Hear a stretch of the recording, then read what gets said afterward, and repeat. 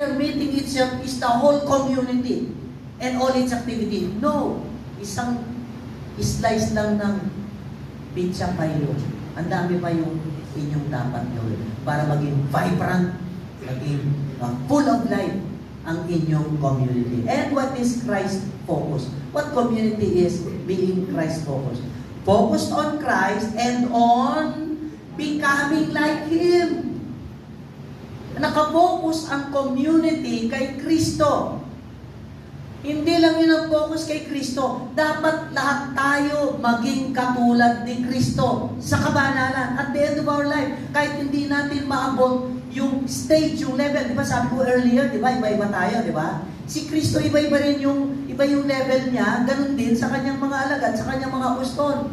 Pero lahat sila nakabot doon sa dapat na level, dapat na stage na abutan nila.